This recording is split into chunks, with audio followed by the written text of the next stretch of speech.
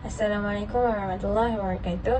Kami kumpulan 2 akan membentangkan tajuk kajian kami iaitu tapak pelepasan sisa pepejal di Sungai Ikan Kuala Nerus, Terengganu. Okey, pada bahagian pengenalan kita dapat lihat bahawa bahan pencemar yang paling mudah untuk dikenali oleh semua golongan termasuklah sisa pepejal atau sisa buangan hasil daripada aktiviti manusia itu sendiri maupun juga terhasil daripada secara semula jadi. Okey, menurut Zaini 2009, sisa pepejal atau sisa buangan secara semulajadi ini terhasil daripada kejadian seperti hakisan tanah. Hal ini dapat dilihat melalui kewujudan masalah seperti ranting pokok, daun-daun tumbuhan dan sebagainya yang tidak dapat diuruskan dengan lebih baik selepas berlakunya kejadian tanah runtuh.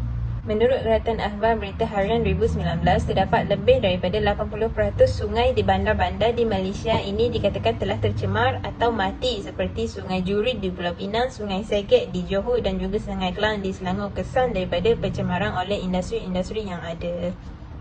Terdapat 4 objektif dalam kajian kami ini iaitu yang pertama menjelaskan proses yang digunakan bagi mengurangkan masalah timbunan sisa pepejal di tapak pelepasan sungai ikan, mengkaji kesan yang dihadapi terhadap pemprosesan sampah ketika musim pandemik COVID-19, mengenal pasti tempoh bertahan tapak pelepasan di sungai ikan dan yang terakhir mengemukakan cadangan yang boleh dilakukan bagi menyelesaikan isu kekurangan dana yang dihadapi.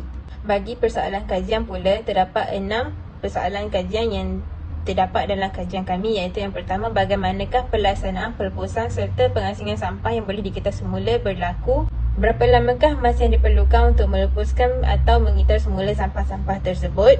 Ketika musim COVID-19, apakah kesan yang sering dihadapi ketika proses pengurusan sampah dilakukan? Berapa lamakah tapak pelepasan sampah di sungai ikan itu boleh bertahan? Apakah status keadaan tapak pelepasan sampah di sungai ikan itu kesan daripada kekurangan dana? Dan apakah cadangan yang boleh dilakukan bagi menyelesaikan masalah kekurangan dana tersebut? Seterusnya adalah kajian literatur. Kadar sisa pepejal meningkat disebabkan oleh kadar pertumbuhan penduduk yang pesat. Seterusnya, pengurusan sisa pepejal yang kurang sistematik di bandar Kuala Terengganu dan kawasan sekitarnya yang kurang sistematik dan menyebabkan banyak longgokan sampah tidak dileraikan dan tidak dikutip di kawasan-kawasan perumahan. Seterusnya, disebabkan oleh sisa-sisa pepejal yang berlonggok ini, ia akan menyebabkan pencemaran pada udara, tanah dan alam flora dan fauna. Seterusnya, rakyat juga turut sama akan merasai masalah-masalah pencemaran ini seperti penyebaran penyakit-penyakit berbahaya dan binatang-binatang yang liar. Seterusnya, kerajaan Terengganu perlulah mencari cara untuk memastikan kelancaran sistem pengutipan dan menghancurkan sampah. Kekurangan dana dan kemudahan menyebabkan rakyat perlulah membantu kerajaan Terengganu mengatasi masalah ini seperti menggunakan barangan-barangan kita semula dan turut sama membantu melakukan laporan sekiranya mereka melihat sebarang-sebarang pembuangan secara haram di kawasan-kawasan yang dilindungi. Jadual 1 menunjukkan kadar perbandaran antara 3 buah negeri di pantai timur iaitu Terengganu, Kelantan dan Pahang. Kadar perbandaran ini juga menyebabkan kadar penjanaan sampah meningkat. Seterusnya, jadual 2 menunjukkan kadar penjanaan sampah di Malaysia, di semua negeri di Malaysia kecuali Sarawak dan Sabah, dari tahun 2000 hingga 2007. Jadual 3 pula menunjukkan kadar kebersihan sederhana sungai-sungai di negeri Terengganu. Assalamualaikum warahmatullahi wabarakatuh. Saya akan menerangkan tentang metodologi kajian. Metodologi merupakan kajian kaedah penyelidikan atau lebih formal, rangka kontekstual untuk penyelidikan skema yang koheren dan logik berdasarkan pandangan dan kepercayaan. Selain itu, ia dikaitkan metodologi penyelidikan ialah garis besar bagaimana sesuatu kajian dijalankan. Ia mentarikan teknik atau prosedur yang digunakan untuk mengenal pasti dan menganalisis maklumat mengenai topik penyelidikan yang tertentu. Seterusnya, ia merujuk pembincangan mengenai kaedah khusus yang dipilih dan digunakan dalam kertas penyelidikan. Di dalam kajian ini terdapat dua kaedah yang digunakan. Yang pertama ialah kaedah kualitatif yang dibuat secara temu bual. Temu bual merupakan penyelidikan adalah kaedah pengumpulan data yang paling berkesan secara berkumpulan dalam kajian kualitatif atau digabungkan dengan kaedah pengumpulan data lain. Penyelidikan yang dibuat temu bual secara berstruktur, di mana pengkaji mempunyai beberapa soalan atau topik yang ditentukan kemudian dikaji lebih lanjut apabila ditujukan soalan yang bertindak balas untuk menghasilkan data yang betul. Temu bual dibuat pada 17 bulan 5 2022 yang bertempat di MPKT Kuala Terengganu. Temu bual ini bagi memperoleh maklumat berkenaan dengan kajian yang dibuat iaitu tempat pembuangan sampah logistik. Maklumat yang diperoleh pada kajian ini sangat membantu kerana banyak isu yang diperoleh daripada temu bual yang diadakan. Kaedah kedua yang digunakan ialah kaedah kajian rujukan artikel. Kaedah ini digunakan bagi pendekatan kepada penyelidik untuk memudahkan pencarian sesuatu fenomena dalam konteksnya menggunakan pelbagai sumber. Memastikan bahawa isu itu tidak diterokai melalui satu sumber sahaja. Sebaliknya, pelbagai sumber yang digunakan bagi membolehkan pelbagai aspek fenomena diderikan dan difahami.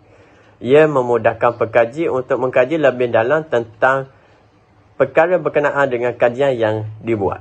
Assalamualaikum warahmatullahi wabarakatuh. Nama saya Muhammad Arif Aibdi bin Abidin, nombor metrik S5818. Lokasi kajian ialah tempat pelupusan sisa domestik. Ia merupakan perkara penting dalam pengurusan alam sekitar di Terengganu. Terengganu mempunyai 8 tempat pelupusan sampah yang masih aktif, manakala 12 tempat pelupusan yang sudah tidak beroperasi, iaitu tempat pelupusan yang telah ditinggalkan kerana tidak lagi sesuai digunakan disebabkan oleh pembangunan penempatan yang semakin berkembang di kawasan tersebut. Tempat pelupusan yang dipilih bertempat di Kampung Sungai Ikan, Belara, Kuala Terengganu, yang merupakan tempat pelupusan yang masih aktif. Ia bermula beroperasi pada tahun 2005 dan menerima lebih kurang 250 tan sisa pepejal setiap hari bagi seluruh daerah Terengganu, Kuala Terengganu. Menurut sumber temu bual mengatakan bahawa reka bentuk tapak pelupusan Kampung Sungai Ikan ini akan bertahan sehingga tahun 2025 jika penambahbaikan tidak dilakukan. Oleh itu, tapak pelupusan ini harus dilakukan penambahbaikan bagi meningkatkan lagi kualiti kerja. Seterusnya dapat mengatasi isu pencemaran alam sekitar yang berlaku, khususnya di kawasan daerah Kuala Terengganu. Okey, pada bahagian ini akan menerangkan dengan terperinci tentang dapatan yang kami perolehi hasil bila temu bual bersama Encik Hakimi, iaitu seorang wakil dari pihak MKT. Menurut Encik Hakimi, sampah yang dikumpul di daerah Kuala Terengganu akan dikumpul di tapak pelupusan Sungai Ikan. Seterusnya, kaedah yang digunakan untuk melupuskan sampah sarap ialah kaedah proper dumping, iaitu pelupusan secara terbuka. Tapak pelupusan Sungai Ikan berada pada tahap 1. Seterusnya, sampah yang boleh diketas semula akan diasingkan dan diproses di kawasan tapak pelupusan Sungai Ikan juga. Selain itu, terdapat beberapa syarikat swasta yang akan menyimpan barangan yang boleh diketas semula di syarikat mereka. Anggaran sampah yang akan dihantar di tapak pelupusan ialah sebanyak 250 tan sehari. Menggunakan lori kompeten akan berulang-alik ke tapak pelupusan banyak sekali, manakala lori roro akan berulang-alik sebanyak 4 hingga 7 kali sehari. Proses pelupusan akan dilakukan pada setiap hari daripada pagi hingga petang. Seterusnya, pada musim pandemik, halangan yang kami perlu hadapi adalah anggaran waktu berhantaran semakin meningkat kerana roadblock yang semakin ketat. Seterusnya, tapak pelupusan ini dijangka oleh pihak MBKT hanya akan bertahan hingga tahun 2025. Dana yang diperolehi oleh pihak MBKT sangat kurang dan hanya mampu untuk menutup jalan menggunakan batu-batu sahaja. Cadangan daripada Encik Hakimi untuk menyelesaikan masalah dana yang tidak mencukupi ialah penswastaan daripada syarikat swasta, seperti yang telah dilakukan oleh tapak pelupusan Bukit Tagah di Selangor yang diswastakan oleh syarikat KUB. Menyebarkan tapak pelupusan di Bukit Tagah itu boleh meningkat pada tahap 1 hingga kepada tahap 4 dan mereka mempunyai teknologi yang cukup, kaedah yang lebih selamat dan efisien. Selain itu, dana yang boleh untuk menyelenggara tapak perluasan ini ialah dana daripada rakyat, iaitu pembayaran cukai yang dilakukan oleh rakyat seperti cukai pintu, cukai dan cukai sebagainya. Kesimpulannya, terdapat pelbagai cara bagi meropos sisa pepejal, antaranya termasuklah seperti melakukan proses penimbunan, proses penanaman dan sebagainya. Proses-proses sebegini mampu mengurangkan pencemaran kepada persekitaran kerana ia bersifat mensura alam. Sampai itu pula, pihak MBKT mengalami kesan yang positif dan juga negatif akibat daripada pandemik COVID-19. Hal ini dapat disimpulkan melalui berlakunya Perintah Kawalan Pergerakan PKP. Ini telah menyebabkan pekerja lori sampah dan memakan masa yang lama untuk mengangkut sampah dari satu tempat ke satu tempat yang lain. Manakala kesan yang positif pula dapat dilihat melalui kuantiti sampah yang diangkut itu semakin berkurangan dari hari ke hari kesan daripada PKP tersebut. Pembuangan sampah yang sedikit ini telah memudahkan pekerja lori untuk mengangkut sampah-sampah tersebut. Antara cadangan yang boleh menyelesaikan masalah kekurangan dana bagi tapak pelepasan sampah di sungai ikan tersebut termasuklah dengan menswastakan tapak pelepasan tersebut. Sebagai contoh, tapak pelepasan di Bukit Tagar, Selangor telah berada di bawah pihak swasta dan tidak dikendalikan oleh Majlis Daerah Hulu Selangor.